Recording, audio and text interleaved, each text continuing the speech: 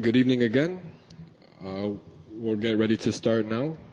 Thank you to those of you who have joined us this evening for our first webinar series for 2019.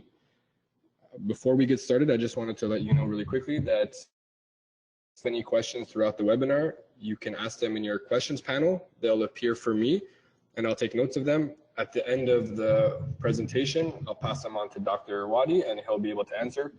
Throughout them, if you have anything else that you want to just throw out there, you can put that in the chat. And if it's a specific question, feel free to ask it in the question box, and I'll make sure we get that answered for everybody. So without further ado, let's get started. So tonight's webinar will be hosted by myself, Arman Mohammadi, Regional Manager of Player Development, as well as Dr. Nick Wattie. So Dr. Nick Wattie is a sports scientist in the Faculty of Health Sciences at Ontario Tech University. His research examines various factors related to talent identification and development in sport, expertise in sport, skill acquisition, and positive youth development through sport. Projects on these topics include athletes from a range of populations, including youth, elite adult, and parasport athletes. He is also a co-editor of the Routledge Handbook of Talent Identification and Development in Sport and has published extensively on relative age effects in sport. Tonight's webinar will specifically deal with relative age within sport, and it'll describe the age differences between youth within the same age group in sport. Typically, older youth within their age groups experience a range of advantages over their younger peers. These relative age effects can take different forms depending on the sport and population of athletes. This webinar will summarize the existing evidence on relative age effects in sport, but will also highlight a number of misconceptions about the relative age effects, as well as unique developments in this area that may be relevant to parents and practitioners involved in youth sport. So without further ado, I pass the mic on to you, Dr. Nick. Great, thank you very much for the introduction, Arman, and thanks for the invitation to deliver this webinar on relative age effects. Research that I've been involved with for about 15 years now, and it's something that I find really interesting, and that's undergone a lot of kind of development in the last handful of years. So my goal tonight will be to provide a little bit of a summary on relative age effects, what they are, how they come to be, but also present a few, hopefully some takeaway messages and some recent developments that might be some good food for thought for coaches, parents, anyone listening. All right, so one of the things that we know pretty solidly in expertise research and athlete development research is that success is primarily the result of some primary factors, some things like practice, the types of activities you do when you're young. Obviously, genetic factors are important, things like height, and anthropometrics are, at least 50% determined by genes, and a number of psychological characteristics are also really important. One of the things that we also know is that a number of secondary factors can really end up influencing the extent of the role of those primary factors. So for example, if you're constrained by money or a lack of resources or not being close to a training facility, that's going to really negatively influence the amount and perhaps quality of practice that you can actually do. One of the obviously big secondary factors that's often talked about in sports science literature is relative age, and that's obviously what we're here to discuss tonight. The history of this area actually goes back a fairly long way. People started looking at the influence of season of birth on ability going all the way back to the early part of the 20th century. Originally, as the title suggests, people were really looking at seasons, so fall, winter, spring, summer, and how that related to humans. Relatively quickly, people started to realize that maybe not all of these outcomes were actually related to the seasons of the year. Abilities and success stories were starting to clump at very specific times of the year that didn't really seem to have much to do with the actual seasons. And that's when people started to really look at relative age and relative age effects. So relative age really comes from one kind of very common problem in both youth sport and in youth education. And that's how do we group children for equal and fair, as well as, for sport, safe competition. The solution predominantly worldwide has been annual age group policies and the use of a selection date criteria. For the most part in Canada and certainly in Ontario, December 31st has been kind of the primary selection date or cutoff date that we've used both in sport as well as education. A lot of people know about this. This isn't necessarily groundbreaking information. I think most coaches and parents are pretty aware of this now. Obviously, the impact of this is that we end up having a selection year of 12 months. So those born in January, the early part of the selection year, can be up to a full calendar year 12 months older than those that are born towards the end of December, but they're all considered the same age or eligible to participate on the same team, okay? So we call these age differences relative age, okay? And typically, relative age refers to within a 1-year annual age group. As we'll see later, there are different definitions, and that's going to be something important to consider. The implications of this, as I'm sure many of you know, are that the relatively older youth, those youth that are born in the early part of that selection year, so in Ontario, typically it's January, February, March, tend to be more likely to be picked for both school and extracurricular sports teams. This is especially the case for competitive sports teams. They also are incidentally more likely to get higher grades in physical education classes. So just as an example of this, almost 72% of English FA school players are born in the first 4 months of the selection year, which is obviously hugely disproportional to what you would expect, all things being equal. We see the same effect in youth ice hockey. So this is some data from the 1980s from Barnsley and Thompson, one of the first papers, where you see that there's a clear overrepresentation of those kids born in the early part of the selection year. So in this graph, that's those born in quartile 1 and 2, so the red and the gray bars. The red line across the screen just demonstrates the 25% mark and where you would expect all these bars to be if relative age wasn't having an influence on selection or athlete development. The start of this area is actually kind of an interesting history. So Roger Barnsley and his wife Paula were actually at a Western Hockey League game in the 1980s, and Paula actually was looking at the program and pointed out to her husband Roger that all the kids that were playing in that WHL game all were seeming to have birth dates in the early part of the calendar year in January, February, March, and that actually led them to publish one of the first papers on sport in 1985. So all this actually kind of research in sport originated from a husband and wife actually going to a minor hockey game in Western Canada, and everything just kind of snowballed from there. So yeah, this is an example from youth ice hockey in Canada. You can see this in a number of other sports. I like this figure for a number of different reasons. So this is rugby league in the UK, a pretty intense physical sport. You'll see a couple of things here. Again, that red line indicating the 25% mark, but you'll see that as the level of play goes up from community, so fairly recreational level, national and national level, the magnitude of that relative age effect, or the impact that it's having on athlete development and selection, becomes bigger and bigger. So, by the time at the national level, you have nearly 60% of the players born within the first 3 months of the selection year. Okay, we see similar trends for soccer across Europe. This is some data from Werner Helsen in 2005 across a number of countries. Obviously, the pattern differs a little bit from country to country, but the overall trend of a relative age advantage is there throughout. So the big question is, why does this occur? Like, why is this happening? And there's a great quote from Allen and Barnsley, and they basically say errors result from the difficulty or impossibility of observing ability independent of maturity in children. So basically, it's really hard to tell talent or ability apart from just physical size in youth, because size, relates to strength, speed, a lot of things that are related to performance in sport. So what ends up happening is, who do we choose for our teams? Okay. Incidentally, these are the reasons that I typically give for why I didn't make it as an athlete in sport, because I was, runt of the litter. But anyways, there's some really great research that kind of supports the role of physical size and maturation in sport. So this is results from a paper from Lauren Scherer in 2007.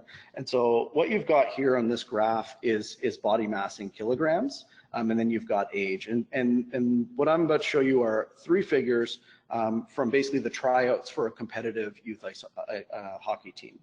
So what you'll see in this first graph is that these are the athletes that did not make the cut, that showed up to the tryout. About 50%, so half of the athletes that were cut, okay, were below the 90th percentile in body weight. So that line on the graph, that kind of angled line at a 45-degree angle, that top line is the 90th percentile, okay? And so half the athletes that were cut were below that line, okay? Those that made the first cut but not the team, again, half of those players that still didn't make the team were below that 90th percentile for body mass. When we actually look at those that made the team, 90% of the players that made the team were above the 90th percentile for body mass. Okay, so they were exceptionally large for their age and developmental stage. What's interesting from a relative age perspective is that when you look at the relative age effect for this sample, and you can see here the graph on the bottom right, we see a very, very typical relative age effect with more kids born in the first 2 quartiles of the year, the first 6 months of the year, and way fewer of the athletes that were picked born in the last 6 months of the year. So everything there seems to be making sense from a relative age perspective. What's really interesting though, is that if you compare the body mass across these 4 quartiles of these kids that were picked for this team, there are no differences in body mass or height. These figures, by the way, of the didn't make the first cut, made the first cut but not the team and made the team, if I substituted in height instead of body mass on these graphs, the trend is exactly the same. So again, one of the key things to kind of point out here is that there seems to be an advantage for these older kids. They're more likely to be large for their age, but there's still some relatively younger kids that are picked, and probably the reason that they're picked is that, you know, they're very large for their developmental age, either due to just luck of timing of growth and maturation, growth spurts, or for genetic reasons, perhaps that come from just very, you know, large, tall parents, something like that. We see the similar findings for younger hockey players, so 9-10-year-olds. You know, this is a study that I did with a colleague at York University in 2010. All the players that were selected were above the 75th percentile for height, but there were no differences in size between the relatively older and the relatively younger players. So again, confirming that that notion that it's the big players that are being picked, and it's just those older players in that age group are just more likely to be bigger. Similar finding for youth soccer in Europe. So youth players observed that were picked tended to be above the 95th percentile for height and weight. Okay. So again, this has led to this idea, this maturation selection idea, that coaches are essentially picking the bigger, stronger kids, and that's not through any kind of, you know, malicious intent. The bigger kids are going to be stronger, are going to be faster, and are going to be better performers at a lot of skills, particularly during more junior stages of competition. So again, the idea is that it's maturation, or growth and maturation, that's being primarily selected, and that's what's driving the relative age effect. I think there's an important takeaway message from this, and it's one that's important to remember. And that's that not all relatively younger youth experience disadvantages. Being relatively younger is not an automatic disadvantage. There are relatively younger kids that are picked for, you know, for sports teams at a variety of different levels. Depending on the pressure that might exist to win and to perform at a high level and to identify talent at young ages, well, the likelihood of being picked might change, but there's still relatively younger kids that are picked for these teams. So I think that's something that's important to remember, because sometimes that gets a little bit lost in the shuffle. Okay? We know a number of other things about relative age effects. I've kind of alluded to this already, but competition level can have an important impact. So smaller effects at lower levels of competition. Sometimes the effects even reverse at lower levels of competition, where you'll have more of those relatively younger kids, say, playing on a rec team, and more relatively older kids playing on the competitive teams. That tends to depend on the sport, tends to sometimes depend on the country and the context. But generally, the higher the level of competition, the more pressure there is to pick talented athletes. the more that drives bigger relative age effects. And I think that graph from the rugby league in the UK demonstrates that pretty nicely. There's also pretty good evidence to suggest that around 12 years of age, the younger kids, those kids born in the second half of the year, might be more likely to sport. So this seems to be maybe a sensitive period, maybe sports becoming more competitive, maybe players are starting to go through growth spurts, differences in size are starting to be accentuated, and it seems around this time that there might be an increased risk of dropout. And so these studies, there's a couple studies here that are on ice hockey, and there's also a study on soccer as well by Werner Helsen that showed this effect for relatively younger. So this might be something for coaches to be particularly aware of in this age range. If a relative age effect gets bigger or gets more pronounced, is that because, well, more older kids are being picked, or is it because more of the younger kids are dropping out? And so that might be something maybe worth paying attention to, or trying to notice if athletes are starting to have different experiences around that age, having less fun, that type of stuff. The other really interesting trend, and this is a pretty new one, and so to be honest, we need to look into this in a lot more detail, but there's some recent evidence that there might be some self-selection happening in sport. So I'll go into a little bit of detail on this. So two studies, one on basketball in France and one on hockey in Canada, looked at the very, very first kind of entry level of sport. And so the key thing that's important at these levels is that there is no selection.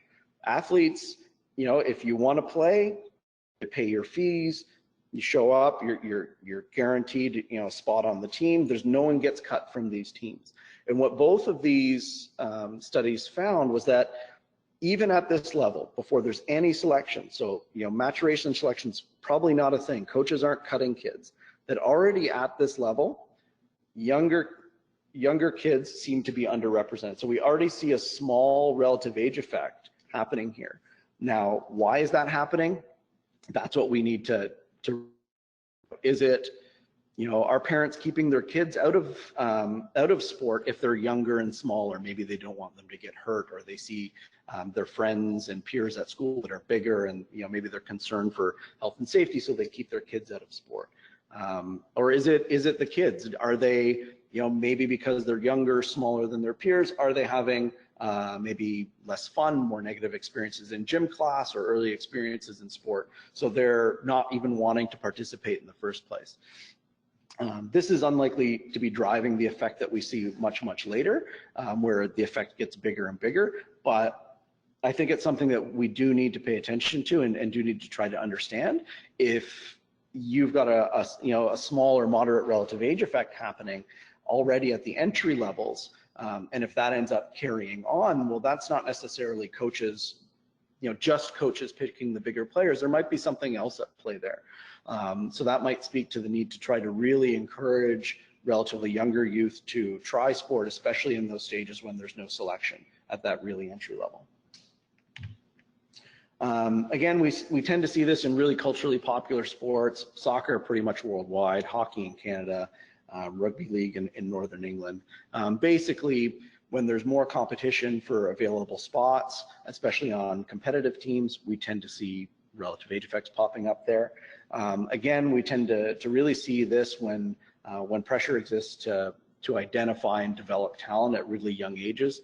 So in sports where we've got, rep teams and competitive teams showing up at very young ages, which is not uncommon, then we tend to see this effect more likely to show up. And of course, sports where size and strength underpin talent and performance, we tend to, one of the things that's probably happening at that point, or certainly that we think has been happening historically, is that once these players get picked for the higher tier teams, where you get exposed to perhaps better coaching, more practice time, and maybe better practice time, more and better competition, that creates a rich get richer scenario. And then those relatively younger kids who are maybe at lower tiers of play find it very hard to bridge the gap to those higher tiers, maybe once they've caught up physically. And that's, likely the reason why historically we've also seen this effect transfer over into elite levels of sport. So this is a figure from the NHL, from some historical data in the NHL. So again, you see that kind of classic effect of more of the older players being represented amongst NHL athletes. If we look in the Bundesliga from a German study, again we see effectively the same trend. So an overrepresentation of the older kids. Obviously, the concern here, and some people have had some great quotes around this. So going back to 1988, Barnsley and Thompson said, well, pro hockey players are basically drafted when they're 9 years old, when they're selected for their first top tier teams. That's essentially dictating who's going to be exposed to those primary factors that are going to determine who makes it to the top level. Another way to look at it is it's basically how lucky are you to have a convenient birth date. And if you have an inconvenient birth date, maybe that sets you off on an athlete development path that's maybe less optimal. Okay. Now, all that's fantastic, and this is pretty much the kind of general story when it comes to relative age effects. But I do think there's some other really important things to keep in mind when you're evaluating relative age effects in your specific sport. So one of the things that we did a couple years ago was that we tried to really create a framework for trying to better understand the factors that contribute to relative age effects in sport. And one of the things that we basically settled on was this idea that, yes, obviously your birth date is very important and where you fit in your annual age group, but there are other factors that are also really important. So there are individual factors. So things like your height, your weight. Obviously, we've already gone over some of that. But things like limb length, handedness, sex and gender. Those are other individual factors that might be really important for that might really influence your athlete development. That might also really influence how a relative age effect looks or whether a relative age effect is going to happen. So I can give you this. Although most of the research on relative age effects has been on male samples, there has been research on female samples. It's a lot less, but there has been some, and we see very, very different things in some female sports. So for example, in female gymnastics, we see a flip-flop phenomenon. So it's those relatively younger that are actually way more likely to be selected and to make it to a high level. So we see a total reverse trend. And that's because smaller size, smaller stature actually confers performance advantages in female gymnastics. Smaller height, smaller size allows you to have a higher rate of turn, better strength to weight ratio, and there's an aesthetic component there as well in some of these gymnastic sports that favor more petite physiques. But the point being, we see a total flip-flop, which we don't really see anywhere, or that no one's ever seen really in male sports. The other thing that might be unique to female sport is that, at least in recreational sports and at lower tiers of competition, it's the relatively older that might be more likely to drop out. We're not entirely sure exactly why this is happening.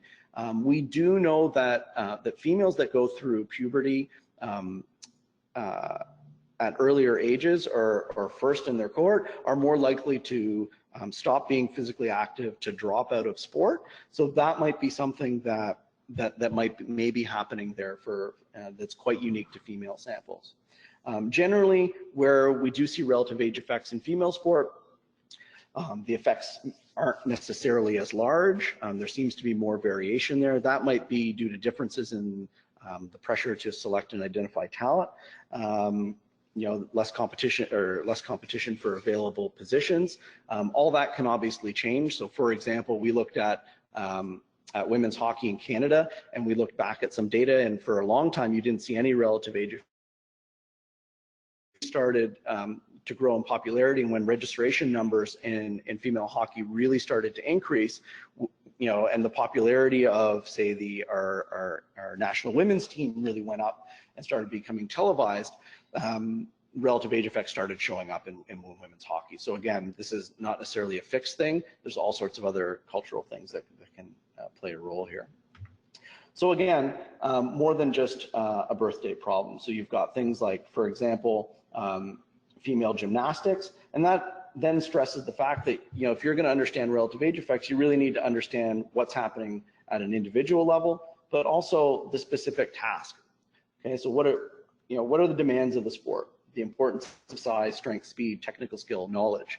What about the rules, playing area, dimensions of the actual field or court that's being played on? And I can give another example of how individual constraints and task constraints are important to consider together. So this time I'll focus on handedness. So the example comes from research on predominantly on tennis, but also another sport. So in the relatively recent past,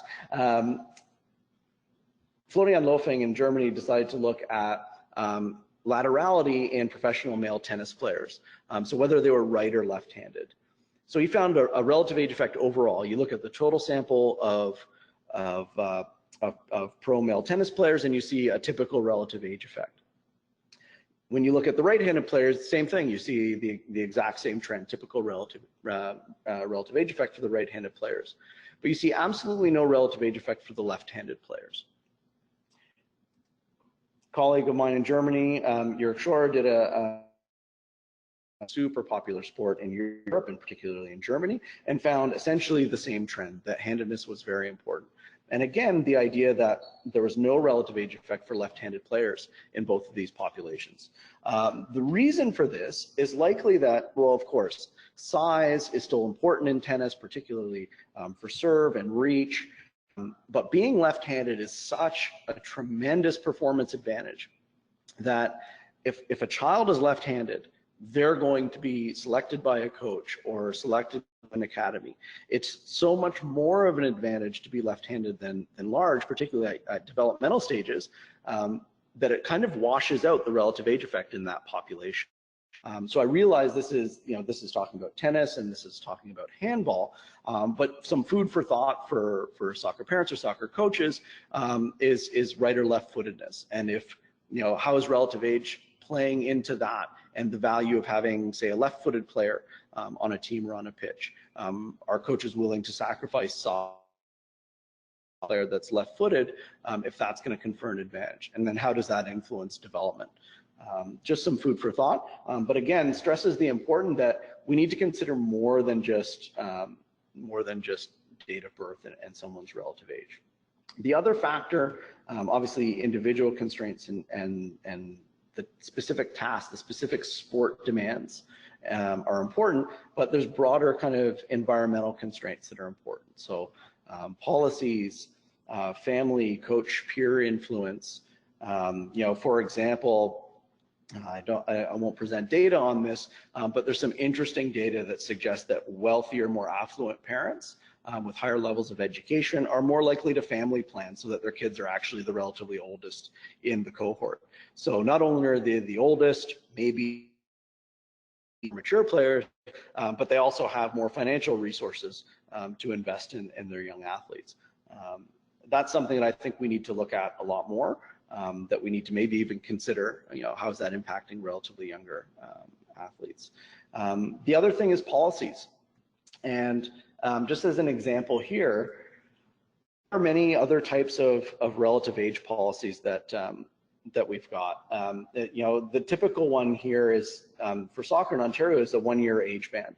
And I know this is, apologies, this image is a little bit blurry, but within 1 year we've got the January, February, March, and then the October, November, December, going all the way to the bottom. So we have our relatively older and our relatively younger, and it's more or less fixed what's happening there. But there are other sports systems that actually have a 2-year age band. And so what happens in 2-year age bands is that you still have that within 1 year relative age, that typical 12-month span in relative age. But you have 2 of those groups. So for example, you come in, maybe it's in a system that has, for example, like let's say an under 17 team that has 16 and 17 years, so it has 2 cohorts within that, or it's a 2-year age band. You come in the first year and you're in that younger constituent year, And then the next year you move up to being the older group in that cohort. Obviously, this doesn't necessarily apply to Ontario soccer. It does apply to many other sports. What we do know is that this constituent year effect, so this other type of relative age, where you are in a 2-year age band, is actually very, very important, especially if it's at a time when you're selecting, let's say, a junior national team for an international competition. If you're in that older band, that's way more. If you're in that second year of that 2-year age band, and you're overall a year older than the first year in that age band, independent of your quartile of birth, you have a tremendous advantage for being selected to that top tier team. Again, this isn't necessarily relevant to all age group policies within Ontario soccer, but it's something very important. We're constantly, there's always discussions about, well, should we decrease the age bands, increase age bands, more cohorts, what's the best way to go? The research is starting to show, and we're only just starting to do this in the last couple of years, really consider things like 1 versus 2-year age bands, and what's the dynamic between a typical relative age effect, so where you're born within a calendar year, so January to December, versus where are you within a multi-year age band, or is it the first year you're playing, is it the second? If you're born in quartile 1, January, February, year on a multi-year age band, you're really more likely to get picked for those teams and more likely to be picked for quite elite teams. Now there's other dynamics when it comes to types of relative age. One thing that does exist in a lot of sports, or in some sports, is the ability to play up or play down. This is something that's very interesting. I would actually think that this is one of those areas that should become a priority to explore and research. I would argue we know very little about the impact of playing up and down. How good is it, for overall development, for staying in sport? How do you decide who plays up, who plays down? What's the impact of the timing of playing up and playing down? So, does it matter if someone's playing up, for example, as a 10-year-old versus a 14-year-old? Overall kind of trajectory of that athlete. We know very, very little about that. There's a project I'm involved in. It's based in education, so it's not sport. So take this with a grain of salt. But we did look at educational achievement in children that essentially played up in school, so we're kind of advanced in age group or a grade in school. That did look like it had initial positive effects, the kind of immediate time frame, but in terms of long-term development, it ended up not being a positive thing. Again, that's education, very, very different domain, very, very different outcomes and dynamics. But the point being, I think we need to be critical about things like playing up, playing down. There is some research looking at collegiate level athletes, so NCAA athletes, and the benefit of delaying entry. So it's kind of a version of playing down. So redshirting, that can actually be a positive thing for those relatively younger athletes. Again, we need more research looking at this with youth and developing athletes. Okay? So again, more than just a birth date. If we're gonna really try to understand what's happening in relative age in a specific sport, in a specific developmental system, I think we really need to be aware of the individual factors, the task factors.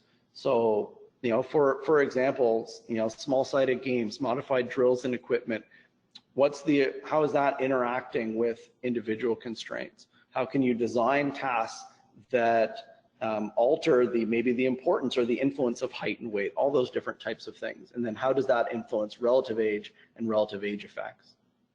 Similarly, we need to consider those environmental constraints. Specific age group policies, is that having an influence on development, on selection? Similarly, and I'll circle back around to this a little bit later, but there's all sorts of other environmental, family, coaches, peer influences, the importance of winning versus development even. Some of these environmental constraints can even be outside of sport, and I'll circle back around to that a little bit later. I do think this is an important topic. Some people and say, well, listen, we've got to pick the best for the teams, and the best get picked, and so this is just how the cookie crumbles. I guess that's a very kind of pragmatic approach, but I do think that we may be losing potentially talented athletes, potentially because they're being overlooked because of initial maturational disadvantages. So they have the misfortune or bad luck of being born late in their selection year. Maybe they don't go through a growth spurt early, they develop a little bit later, and we've essentially kind of selected them out of sport systems, or they've deselected themselves out of sports systems, which is very worrying. And ultimately that's influencing the talent pool that we have. It's influencing the quality of the developmental environment that we have. You could also argue that because of some of these youth sport policies that we have participation barriers for young children. They may not have equal opportunities to experience, those psychosocial, physical health benefits that I think are really unique to sport participation. Not just the physical benefits, obviously, but the social, the life skills, all those important things. If we've got kids dropping out of sport around 12 or 13 years of age because they're not having a positive experience because of the way sport is structured and the way that sport is organized, then I think that's something that we need to really look at and be quite critical. Okay. So one of the last things that I kind of just want to finish off on a little bit here is what to do about relative age effects. This is kind of the $1 million question, and yeah, there's no easy answers here, that is for sure. Earlier this past year, my lab did a search of basically every paper published on relative age effects in sport from roughly 1980 till the end of 2018. This was a huge undertaking. This was my master's student of mine named Kelly Webdale, who undertook this. So when I say we, that's basically Kelly, and I'm taking the credit for it here. But essentially, we found, our results returned over 1,500 search results, or only around 164 of those ended up being like really published scientific papers. And what we did is we searched every single one of those papers. Again, it was Kelly, we searched every single one of those papers for solutions, or suggested solutions, or ways to reduce relative age effects in sport. From all of those papers, we basically found 10 different types of solutions. What was really worrying is that almost none of them had actually been scientifically tested. So a number of suggestions out there, and yeah, basically, almost none of them had actually been tested. So this paper is currently under review, and we're hopeful that this will be published sometime this year. And yeah, stay tuned on Twitter. We'll definitely kind of announce it and shotgun it out there once that's out. So just as a little bit of a summary of some of the solutions that we found. Most of the solutions were really focusing on modifying or changing environmental constraints. So again, not much to do with changing the sport or the actual demands of doing the sport. It was more kind of things outside. Okay. So these fell into kind of two categories: technical and policy solutions. Lots of different things suggested here. Some of them probably not really relevant to soccer. So things like corrective adjustments, for example. This is basically like providing, for the golfers out there, this is like giving a handicap in golf. So let's say you've got, this is being talked about a lot in track and field and in swimming right now. So corrective adjustments, let's say you have two kids swimming 100 meters in a pool, and the child born in quartile 1, the older, let's say, finishes 5 seconds ahead of the child that's born in towards the end of the selection year in quartile 4. You would basically bump up that quartile 4's performance by 5 seconds so that you're correcting for the difference that's happening in terms of relative age. Be wary of this approach and to be critical of this approach. For one thing, you just can't be sure that that difference in time or performance is just due to relative age. What if it's due to increased quality of training, to motivation, to anthropometrics? There's so many things that could go into that. To just say that it's just because of relative age is, I think, a little bit problematic. The other thing is that we know that there are relatively younger kids that are being picked for teams. So they're probably, their level of performance is good. So just automatically correct, just because they're younger may actually make it seem like they're better than they actually are. So again, that's something to be a little bit wary of. Most of these solutions have been what we call age band modifications. So let's switch from a 12-month age group to 24 months, or let's switch from 12 months to a 9-month or a 6-month age grouping. So this is really looking at really the nuts and bolts of relative age. Let's change what relative age is. Some of these are really complex.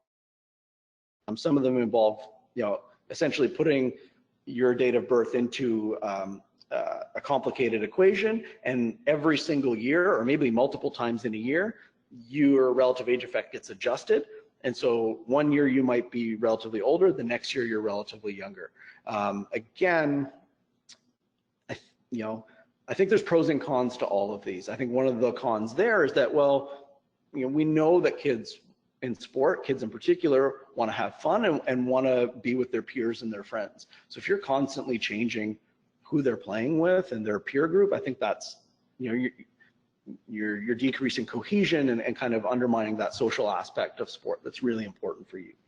Biobanding is obviously something that's pretty important, and it's been talked about quite a bit, especially as it relates to soccer.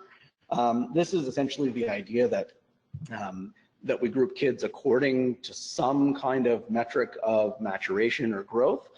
Again, I think there's great intentions here. I think there's unanticipated consequences of all different types of solutions, and I think biobanding might be one of them. So for example, if you're biobanding and effectively grouping kids by maturation, and you don't change the rest of the structure of sport, well, you're just changing the way that you create your top tier teams and your lower tier teams. If there's no connection or opportunity for movement or the same quality of coaching and development on the lower biobanded teams versus the higher, then you're effectively just going to end up in the same place that we ended up with relative age effects.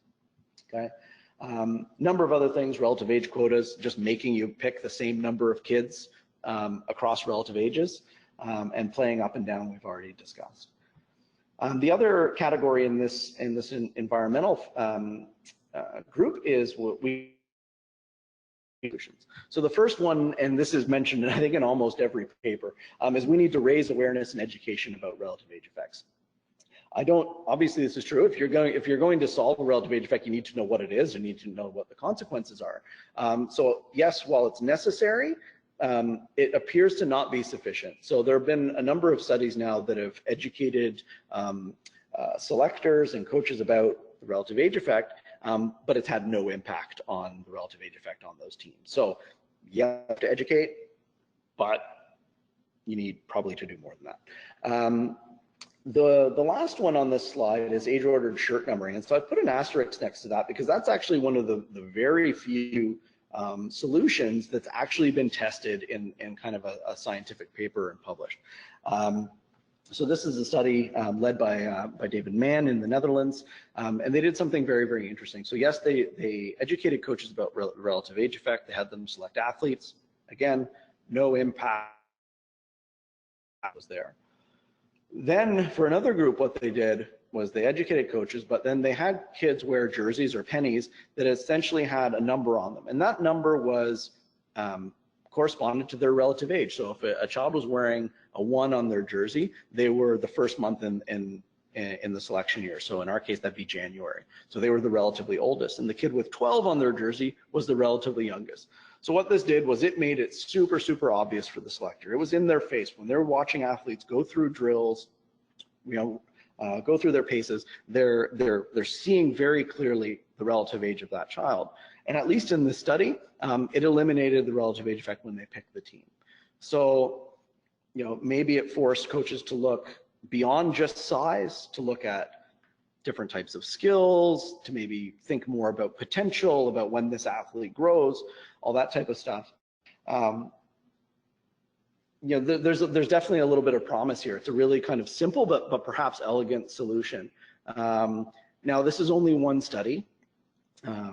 I would definitely stress that we need to test this some more, that we need to have a little bit more rigor and some controls in those types of experiments.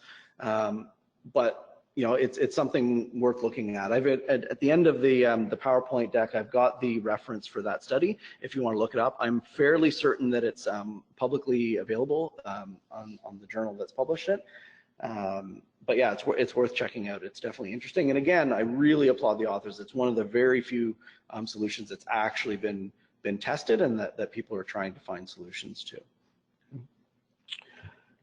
Last, and I'll just go over this quickly, were augmented selection practices. So basically the select, you know, we need more tests based on technical and tactical skills. Our group has done research and it's shown that there are no differences in technical and tactical skills based on relative age, at least in the sports that we looked at. So again, there's not great evidence to actually support this suggestion, but it's something that should definitely be considered. So this leads me to kind of my third takeaway point. Again, there's really only been the one study that's been tested. We need to really start testing and documenting solutions and strategies in more detail. This is not an easy thing to do. I mean, this takes a lot of courage on the part of coaches and sport programs. It takes, you know, really great relationships with researchers and practitioners, but I think it's something that's worth doing and that's really important. Okay, I'm almost done. I'll just leave you with a little bit of food for thought before we transition over to the questions. So I've obviously talked a lot about sport and relative age effects in sport and the different effects that can have. The reality is that relative age also has pretty profound, or can have pretty profound influences in education and on educational outcomes. I'll let you just read through that list on the right-hand side of the slide, but the point is, you know, there's more and more models and there's more and more evidence out there suggesting that to, you know, really high-level sport programs acknowledge the fact that your athletes are more than just athletes. And I think this is something that relative age research has really failed to do. The studies have just looked at relative age effects in sport, or they've looked at it in really kind of one-dimensional ways. Who's picked for teams, who's not picked for teams. The reality is that relative age effect can have a significant impact socially in education. And so knowing your athlete, knowing the challenges that they're going through, if you have a relatively younger athlete, for example, how are they doing in school? Are they experiencing some of the negative educational outcomes? The younger kids as well, especially if, you know, being relatively younger in sport also means that you're relatively younger in education. So just some food for thought there. Athletes are obviously more than just athletes. And I think it's important to try to consider that. And, you know, what are the challenges that athletes are facing? Sometimes, not all the times, but sometimes, you know, athletes are dropping out of sport because they have pressures in social or educational areas of their life. And I think it's important to understand that. So I'll just quickly say that for more information, in October 2018, we did have there was a Relative Age Effects International Conference that was hosted in Toronto. So I provided the link here to a Facebook page from the conference organizers. There are videos of many of the talks. I'm not sure the audio is fantastic on all of them, so apologies, but there are a number of talks related to sport as well as education. So if you're interested, that'd be something maybe worth checking out. The organizers of that conference are also packaging many of those talks and topics into a book that'll be published by Routledge in the coming year, hopefully by the end of 2019 or maybe early 2020. And so that's going to be titled Relative Age Effects in Sport, an International Perspective. So definitely something to keep an eye out for there. Shameless plug, I will of course have a couple chapters in that book. Some other recommended readings, these are just some academic papers. Most of these are reviews, so they've got, it's like a lot of one-stop shopping for information on relative age effects in sport. The last paper there by Mann and Van Ginkenen is that age-ordered shirt numbering attempt to actually reduce relative age effects in sport. So if that's of interest, then you could just copy paste that into a web. Super easy. So with that, I'll pass things over to Armand. If anyone has any questions or is interested in this topic, my door is my electronic door and physical door is always open. So feel free to email me if you want to touch base on this topic. I'm also on Twitter at Wattie. But yeah, thank you very much for listening, and I hope you found this interesting and that it's provide you a bit of food for thought about relative age effects in sport and in soccer specifically. Thank you so much, Nick, for for that very informative webinar, I guess. Yeah, webinar on the relative age effect. And thank you to all our attendees for taking the time out of your evening to listen and learn a little bit more about such an often spoke about topic, I would say, but misunderstood at times as well. So thank you for clearing that up a little bit for us. We did have some questions that came in throughout the webinar, so I guess I'm the question master for the evening. So I'll read through a couple of them and pass them on. The first one came from experiences of parents who often push players to play up a year because they think it might be developmentally appropriate or challenging in terms of technical. And I know you spoke a little bit about the other four corners of development and what a potential long-term benefit or consequence might be. Would you suggest that maybe in the short term it's okay to explore that avenue of playing up, but try not to push it all the way long term because we still don't know what kind of consequences or outcome might be in that aspect? Yeah, I think it's something that we need to pay a little bit of attention to, and I think just be, just consider the, as you said, the different reasons for playing up. There's obviously physical reasons if you're really precocious in terms of your size, but there are social reasons, there's psychological maturity, cognitive maturity, all those types of things. And so I think it's just important to, while it might seem like a good idea to move up at one point in time, that the reality is, and we know this really clearly from lots of studies on talent development in sport, from researchers in Australia and North America, is that development is not linear. It involves a lot of zigzags, a lot of ups, a lot of downs. And so, just because and it's true, maybe it is appropriate to have a kid play up at one point in time. Don't assume that that's just going to be the case forever. And so it might be worth having them come back down at a later point in time, maybe if that's seeming appropriate. And so I think that's, why it's so important to have really clear lines of communications between coaches, parents, and the athlete. And I think we need to get out of this kind of mentality that playing up is always better, and that playing down is not a. I think it's, we tend to have kind of, this is higher level play or a top tier team, this is a lower tier team, and that if they're not on the top tier, it's not as good. No, we have to get into more of a mentality of this is the best, this is the optimal environment for athlete development for this athlete. We've got to get away from some of those kind of misconceptions about, playing up is always better.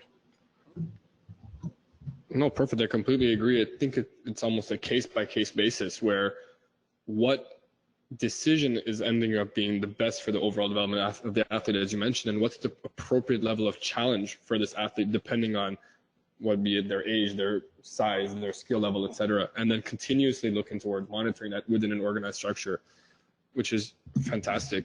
And I think it's something that we do a pretty decent job, I would say, right now at monitoring. Another question that came in was, you spoke about the 2-year band and the 1-year band. And I know that there are some studies that look into that 6-month band that you spoke about a little bit. Is there enough information to show about what kind of relative age effects might exist in that 6-month band versus the 1 year and the 2-year? Yeah, so there's not as much. Most of the information that's come out about the 6-year bands has been just kind of online and through like anecdotal accounts, like through coaches and sport programs. As far as I'm aware, not many studies actually looking at it. Obviously, when you narrow the age band, you're decreasing the possible range in growth and maturation.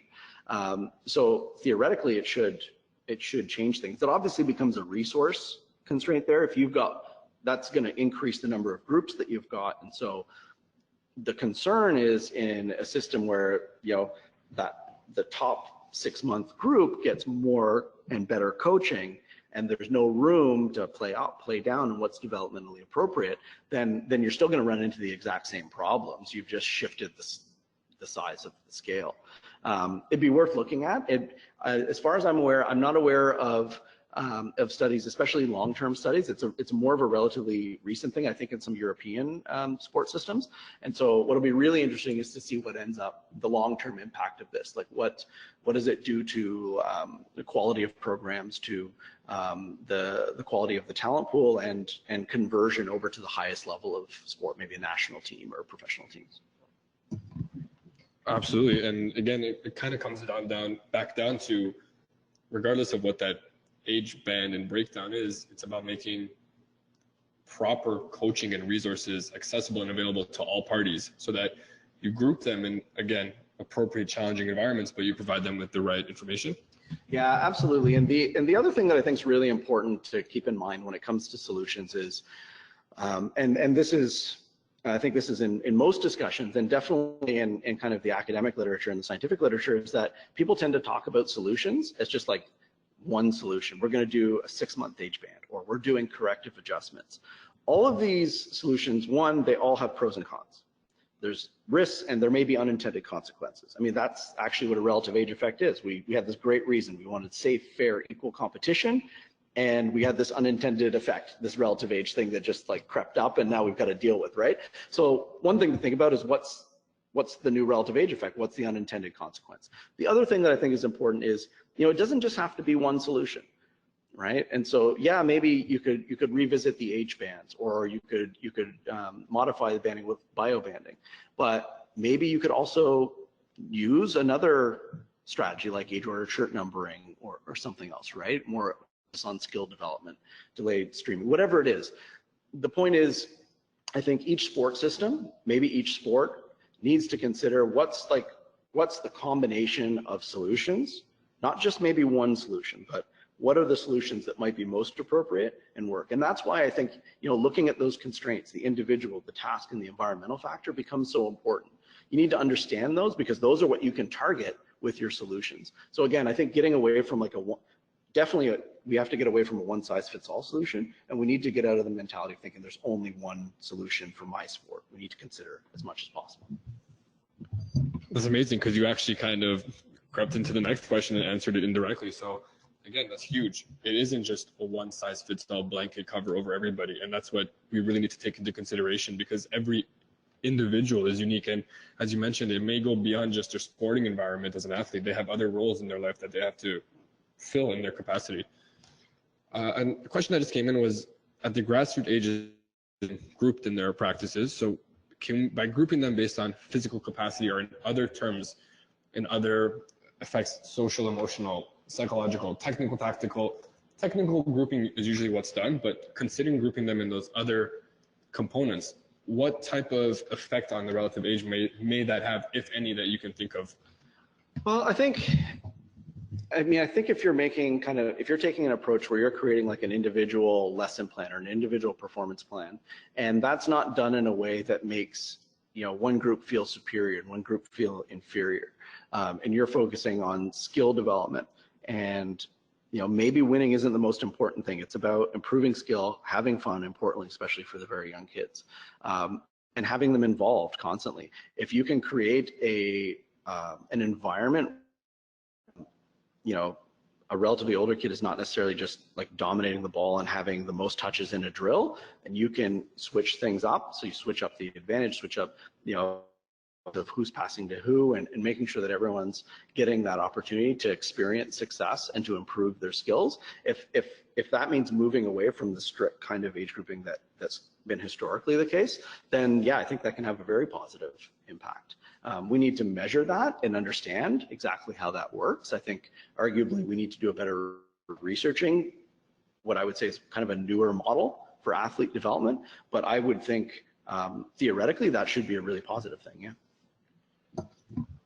I think, as we spoke about personally before, Ontario soccer tends to have a little bit of a head start over, well, not just Ontario soccer, but soccer in Canada tends to have a head start over other sports, and specifically Ontario over some other areas, where we do kind of implement a player development model that has station marks and players are grouped by that. And players based off their technical ability, but that's a huge idea. And looking into even within those groups of technical, how do you match players up based off social emotional capabilities, psychological ability, and even physical capacity, where, yeah, they might technically individually be equal. However, based on that picture that you had of yourself in your young days against that person right next to you, you guys might be both technically proficient, but size will be a huge determinant when you're going up against each other one-on-one. So how we as coaches manage that in our own environment is a huge key point. Yeah. Yeah, and I think you've touched on something really important there, and that's, you know, again, like so many of these solutions are really technical solutions, and I agree, like some of these restructurings might be useful, emphasizing skill, but I think there's a really important element here, and this is kind of where the like the art of coaching becomes very important. Like you still want to create an environment where you're creating a challenge point for athletes, where they're not just necessarily doing the things that are easy and that they're good at over and over again. You need to push them beyond that and to challenge them so that they're improving their skill. And so how do you do that in a way that's developmentally appropriate? I mean, again, I think that's about knowing your athlete. That's the art as well as the science of coaching. It's not an easy thing to do when you've got a field, you know, full of 100 kids running around, and, you know, some of them are, you know, like picking dandelions, and others are, you know, pretending to be Superman. But, you know, these are the types of things that when you're designing drills, when you're grouping athletes, it's not just about, okay, you're going to succeed over here. We need to challenge athletes as well. Now, that can be in a super fun way, in games, in play-like games, right? We can create like very creative drills and activities that are still challenging athletes. Where's the best place to put the athlete? And I think that's something, you know, when that challenge is no longer there, when you don't feel the reward of learning something and of doing something successfully, you know, that's when we need to shake things up maybe a little bit as well. No, completely agreed. I think we need to get you into the next community stream coaching levels right away. Get you involved at the grassroots level as well. Well, I have 2 left feet, and not in a good way. So. Hey, what's that thing? Those who can't do. Yeah.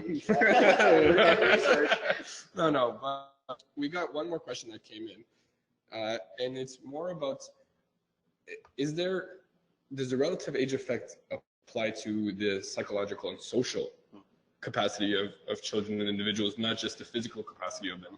If that's something that is it even considered, or is this relative age effect solely focused on physical? Yeah, so that's a great question. I would say, as it relates to sport, so dropout could be considered like an approximate measure of you're either not enjoying something or you're having negative experiences. So that might be kind of an indirect measure of a psychological outcome. But when it comes to kind of cognitive maturity, psychological development, most of that research has been on the educational side. And so there we do see that, for example, older kids can have higher levels of self-esteem. There's certainly research on a number of things, like some negative things like psychiatric disorders, valuing education, like those types of things, like some pretty worrying outcomes psychologically. We do know that, for example, there's a relative age effect in elite youth chess and developmental chess. So cognitive maturity may be playing a factor there.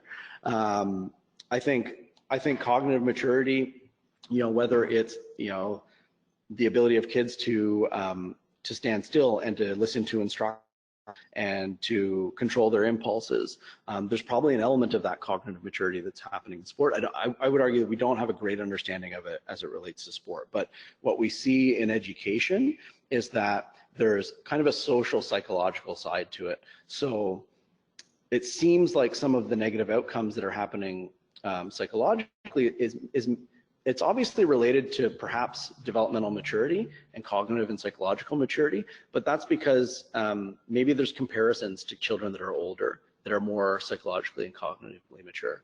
And so what's happening there and how they're treated, within a classroom in an educational context might lead to things like lower attendance rates, being identified as having academic problems, higher diagnoses of ADHD, and more likely to be medicated for ADHD as well for relatively younger kids. Some of those studies show that on some of the standardized tests, those younger kids aren't scoring any worse than their relatively older peers. They're just younger. And so they're more likely to be diagnosed, they're more likely to be medicated. So again, there's that kind of like that, I hate to say it, the relative aspect of relative age. When you're able to be compared to other people, it may make it seem like you are less mature, but you're just younger. And so, yeah, that's kind of a answer, but to circle back around, I guess, yeah, it's the physical side, again, the maturation selection hypothesis, the physical side has been really researched. Like I would argue we've kind of like researched that to death a little bit.